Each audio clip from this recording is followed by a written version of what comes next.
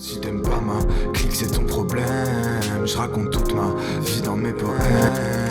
J'ai pas de thème. Bébé, pardon si je t'ai délai. Yo, on se retrouve pour une nouvelle vidéo et aujourd'hui on va parler mix média. C'est un effet que je trouve incroyable et c'est un effet que j'ai déjà pu tester pour un clip précédent, mais là pour mon dernier clip, Patin à glace pour le jeune rappeur Fusée Ariane, j'ai pu pousser le curseur un peu plus loin et vraiment m'amuser avec cet effet. Tout simplement, on va imprimer une séquence de clip sur laquelle on va appliquer différentes techniques graphiques, que ça soit de la peinture, du découpage ou tout ce que vous voulez en fait. Et c'est vraiment un effet avec lequel on peut s'amuser. Bon, l'inconvénient c'est que ça prend de temps en temps un peu de temps. Mais c'est cool parce qu'on n'est pas sur son ordi et on crée en fait, c'est vraiment manuel, on crée directement sur notre séquence. Donc let's go. Donc on se retrouve sur Premiere Pro ou tout autre logiciel de montage. De toute façon là ce qu'on va faire c'est juste choisir les séquences qui nous intéressent. Donc voici la séquence sur laquelle on va travailler aujourd'hui. Moi ce que je vous conseille au début c'est de la dupliquer. Vous verrez de toute façon ça va faciliter en fait le process. On va donc d'abord en fait découper les images qui nous intéressent. Là je vois qu'il y a quelque chose qui se passe au niveau une sorte de drop on va dire. Donc c'est là où je vais commencer mon effet. Donc pour découper soit on utilise l'outil rasoir ici. Hop. Mais moi je vous conseille de mettre un shortcut, ça ira plus vite. En fait aussi soit on fait image par image. Mais déjà, il faut imprimer sur une quantité plus importante. Voilà, c'est plus long et l'effet n'est pas forcément mieux. Donc, on peut partir directement sur des séquences de 2 ou 3 images en termes de découpage. Donc, un peu comme ceci. Là, je suis parti sur 3. Et voilà, après, on fait ça pour toute notre séquence. Et c'est parti, let's go.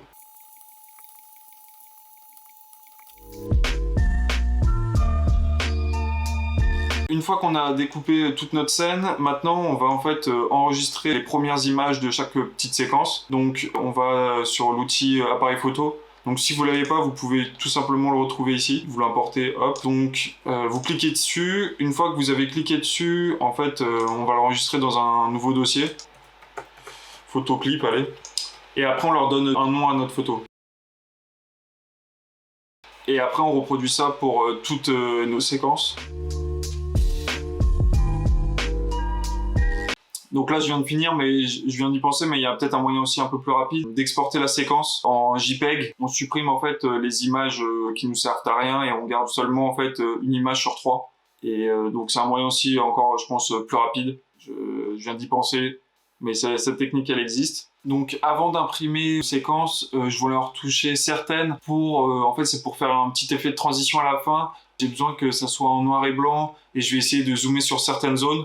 Donc pour ça, je me retrouve sur Photoshop. Donc je vais importer ma séquence. Je vais commencer à partir, on va dire, du clip 19. Je vais appliquer un petit effet de noir et blanc, par exemple.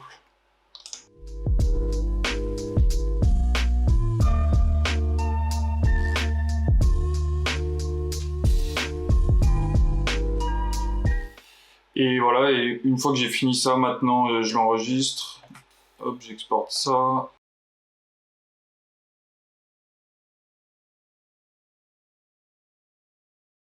Hop. Et maintenant on va aller imprimer tout ça. Vamos. Petit conseil pour l'impression, pour avoir des images qui font toutes la même taille, c'est simple. En fait, il y a juste à sélectionner toutes nos images. Hop. Et clic droit impression. Tac, imprimer. Déjà, il faut enlever ça. En fait, agrandir l'image. Hop. On choisit un format d'impression. Moi, je vais prendre en x9. Ça fait des images, on va dire, de taille correcte. Et ça permet de ne pas imprimer non plus trop de pages. Maintenant qu'on a imprimé nos images, on va pouvoir passer à la partie création. Maintenant on est libre de faire ce qu'on veut. On peut utiliser en fait n'importe quel moyen ou méthode artistique qui existe. Moi je vais partir là sur du collage, du découpage. Le premier point important, c'est bien vérifier dans quel ordre ont été imprimées nos images. Moi, ça a été fait de bas en haut. C'est important pour la cohérence de notre animation pour la suite. Ciao!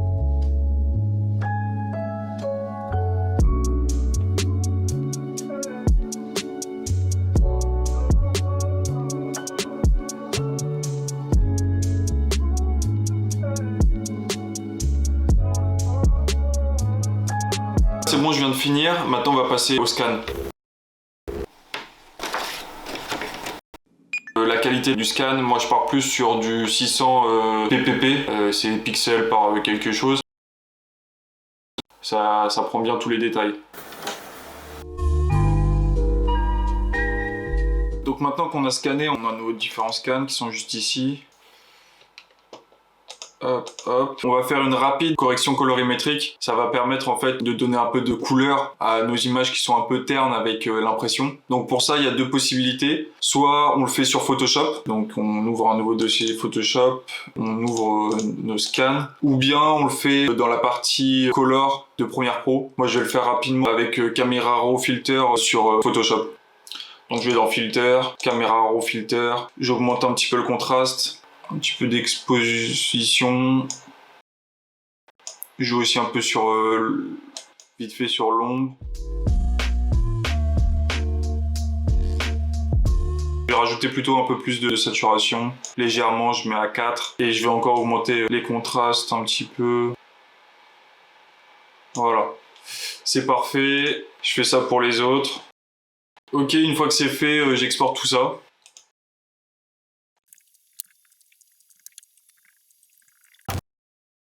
Donc maintenant on se retrouve sur Premiere Pro, on importe le scan auquel on vient d'appliquer une petite correction. Hop. Une fois que c'est fait, en fait, on le réimporte au niveau de notre timeline. Et là, le but, en fait, ça va être de replacer exactement le scan comme elle était. Donc pour ça, on va juste aller dans Effect Control, dans Motion. Et déjà, on va un peu zoomer. Et on replace comme ça. Donc là, ça c'est ma première image. Et voilà, on l'a replacé. Et vu qu'avant on avait en fait anticipé en découpant, bah c'est simple, on a juste à replacer par rapport à l'image du dessous.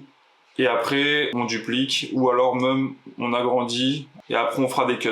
Et donc maintenant on fait ça pour toutes nos images avec moi mes 3 feuilles de scan, et c'est parti. Maintenant qu'on a replacé toutes nos images, bah on a notre séquence. Je raconte toute ma vie dans mes poèmes, j'ai pas thème. Bébé pardon. Mais on peut encore ajouter des petites choses qui vont faire la différence, notamment des transitions d'entrée. Pour ça c'est tout simple, on va créer un adjustment layer, clic droit, new item adjustment layer. Déjà on va cliquer dessus, on va juste faire en 2 images, pas besoin de plus. Hop.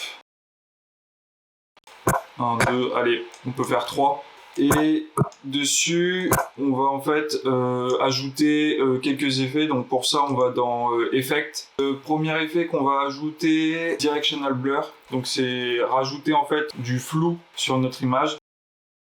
Après, on va dans Effect Control, donc juste ici. La direction, c'est dans quel sens on veut que le flou apparaisse. Moi, je vais faire à 45 degrés. Et je vais partir sur peut-être moins 45 degrés. Et je vais partir sur un flou autour des 60, 68, c'est pas mal. Ensuite, on rajoute l'effet Lumetri Color, hop, juste ici.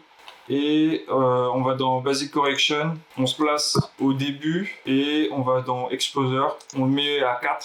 Donc là, direct, on a une exposition forte. Ensuite, on avance un petit peu et bon, on diminue tout simplement, on revient à 1 et on le place vers la fin. Et on va faire un Bézier, non, on va faire un Easy In. Donc c'est pour avoir une certaine courbe comme ça. On peut même faire un peu la tente comme ça. Hop. Et on va augmenter aussi un petit peu la saturation. Donc pareil, on se replace au début de notre séquence. Enfin au début de l'adjustment layer, et on part sur une saturation 135 à peu près, et on redescend direct à 100 là peu après.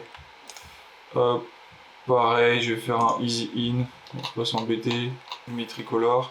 Aussi, ce qu'on peut faire pour que le contraste il soit encore plus important, je viens d'y penser sur l'exposition, c'est donc là en fait on va faire un qui est autour de 0,75 on va dire, et en fait le 4, celui qui est à 4 on va le placer ici, et celui avant on le place juste avant en fait. Comme ça, ça va passer de sombre à directement très puissant et le flash il sera plus important. Et le dernier effet qu'on peut rajouter sur notre adjustment layer, c'est tout simplement l'effet transform. On va un petit peu en fait changer l'échelle de notre image en l'agrandissant rapidement au début. Donc pour ça, on revient dans notre barre de recherche, on tape transform, c'est le premier ici, et on l'applique. Et au début, on va faire sur 100.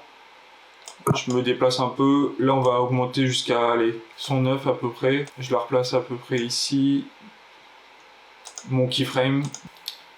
Puis j'en replace un à peu près à 100, hop, juste là. On va faire un easy out. Donc là on a notre flash, notre transition, hop. Et après on peut faire pareil et le replacer en fait à la fin. Sauf que moi je vous conseille quand on le place à la fin, c'est vraiment de le mettre au début du nouveau plan. Parce que c'est pas mal aussi. Et à la fin en fait, quand je l'ai replacé, j'ai un peu allongé ma dernière image. Comme ça elle prend bien le flou. Je raconte toute ma vie dans mes poèmes. J'ai pas thème. Bébé pardon. Dernière petite touche qui reste à rajouter, c'est du sound design. Et pour ça, moi je me suis pas embêté. J'ai pris un son sur YouTube. J'ai pris une vidéo de Andrew Ross Sounds, juste celle-ci. J'ai pris Crumbling Effect. Mon son il est juste ici. J'importe mon son. Je le place hop au début de mes images et je le continue jusqu'à la fin. Et ça va faire toute la différence. Je raconte toute ma vie dans mes poèmes. J'ai pas thème.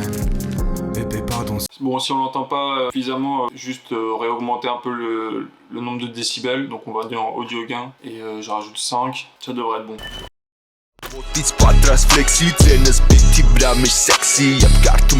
Après, si on veut pousser aussi encore plus loin cet effet, il y a plusieurs personnes que je conseille. Tout d'abord le professeur, enfin celui qui m'a appris pas mal de trucs et qui a une très bonne chaîne YouTube, c'est Creative Flow. Celui qui maîtrise le mix média à la perfection, pour moi c'est l'artiste, alors il me semble qu'il est russe mais ça se trouve j'ai une grosse bêtise, qui s'appelle E.Shelkovoy et vraiment c'est lui qui met un peu de couture dans son mix média.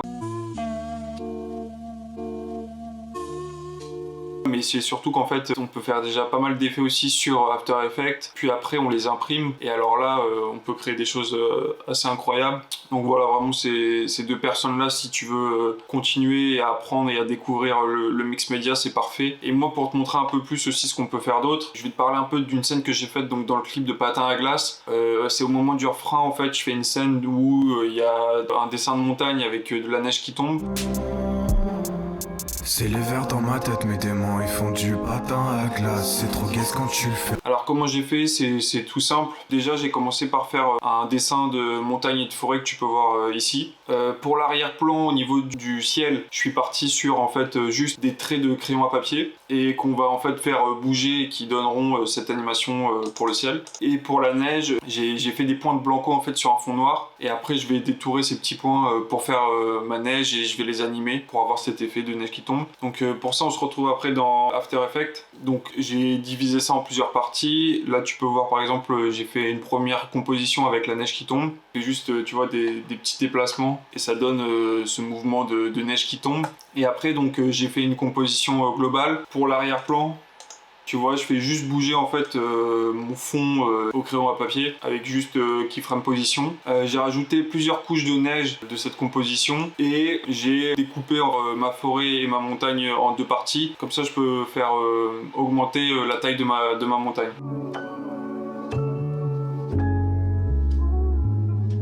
Sur laquelle j'ai rajouté un masque et un fond blanc. Et donc là on a une animation. Et j'ai même rajouté aussi après par-dessus petit démon que j'ai dessiné en papier. C'est juste des images une par une et après je les ai enchaînées, ça donne une petite animation. Je fais répéter ça plusieurs fois. J'ai regroupé et j'ai fait plein de petits démons qui apparaissent et qui disparaissent. Et ça je l'ai re-rajouté après à la fin. Et donc voilà ce qu'on peut faire avec le mix média. On peut vraiment pousser le truc vraiment plus loin. C'est vraiment un truc que j'aime beaucoup faire. Et il y aura sûrement d'autres vidéos sur ce sujet là. Voilà, on se capte une prochaine, à plus.